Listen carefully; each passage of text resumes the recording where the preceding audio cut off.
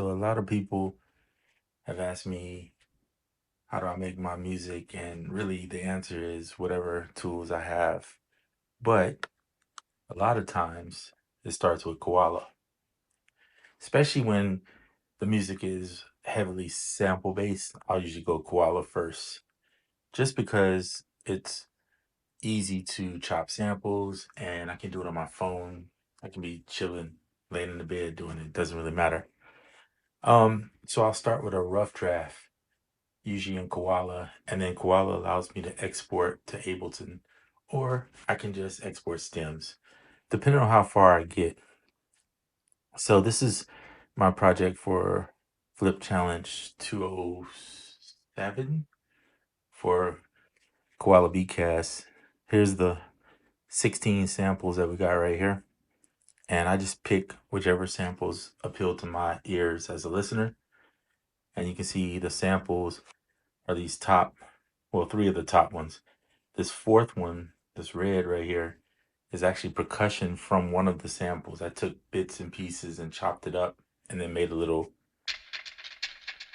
percussion using some of the Koala effects too, like delay.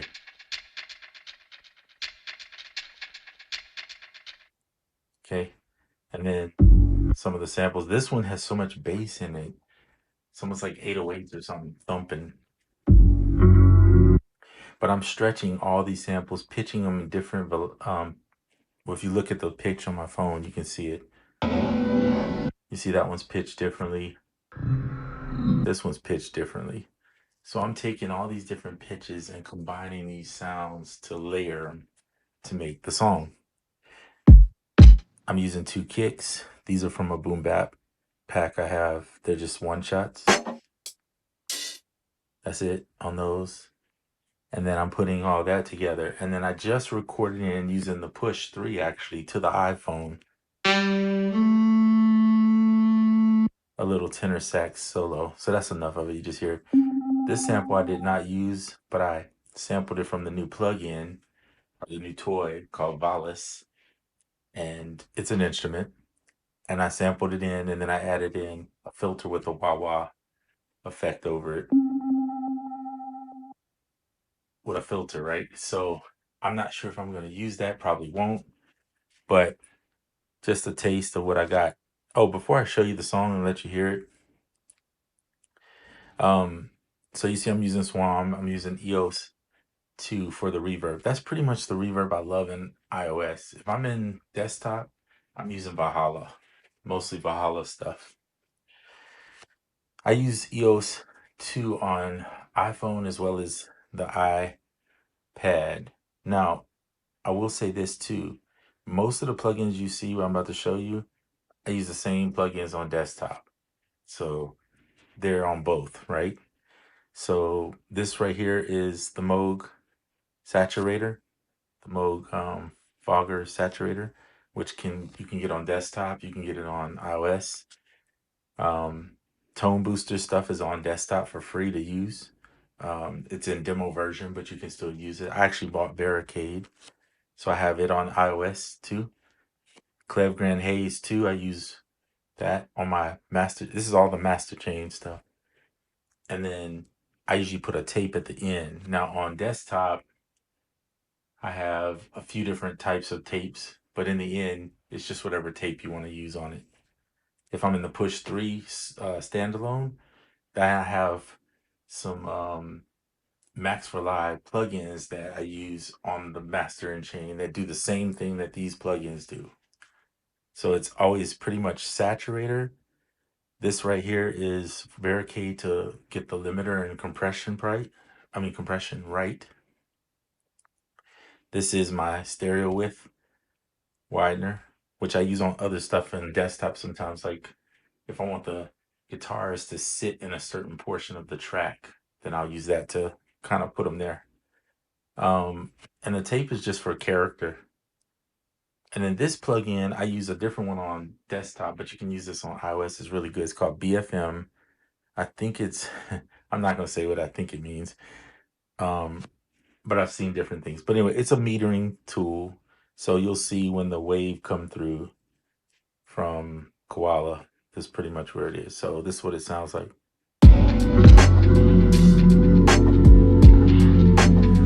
So see how I can see the waveform where it's peaking and not, and I can move it into stereo.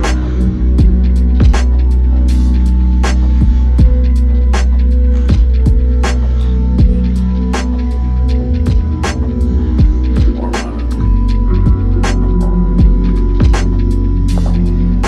Now I'm pretty good with remembering that the settings that the Loud Masters preset has in the barricade, if you just leave it where it's at, it works great. On most of my tracks, I have no issues. Occasionally, I might turn the limiter or the amount of it down a little bit, but generally, I just leave it where it's at. Same thing with natural width here. I just put it on, and that's what it is. The saturator, I don't use a preset. I just drop it on the track, and it sounds good enough to me. All right, carrying on. So that's the sound of the track. And that's pretty much what it is. There's another part I'm doing in here.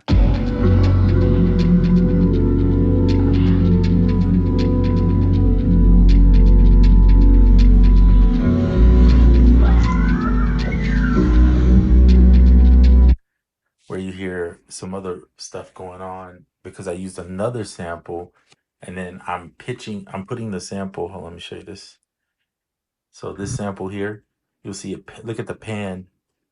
I have it panned a little bit like a 60/40. So I use a lot of panning to get stuff to sit in different parts of the track. So it sounds bigger than what it is. So see, same thing on this one, panning. So use the stuff in Koala, the panning. Use Koala added in on the mixer now. You can put, if you don't have like Clevgren, which I think is better, but if you don't have that, you do have a compressor, you do have a clipper. Where's it at? Stereo. There it is. Stereoizer is the Koala version of kind of like a widener. That's basically what it is. So you can use that one in Koala. Now I'm not a fan of it, not because I don't think it's a good tool, but just because I have other stuff that's better. So I'm going to use the stuff that's better. That's just me. I don't mix in Koala. I use the effects in Koala, but I mix on desktop or in AUM. Oops. Got to change something there. Okay. Yeah. So if you're going to mix, in my opinion, you want it to sound better, I think AUM is the best way to go. If you're going to, you can still sequence in Koala. These songs are 16 bar parts in Koala, right? But when you go to do the final version of it, you save it in here. So you save, and then you bring it into Koala and you finish it by putting all these effects on it. So that way it beefs up the sound, compresses it just right, and everything sits in the mix. And that's basically how I make my songs.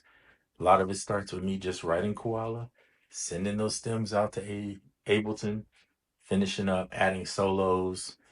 And this particular one, I tried to do a solo in here using the push, and it worked. So I can do it that way if I want to, if I don't want to turn on the computer.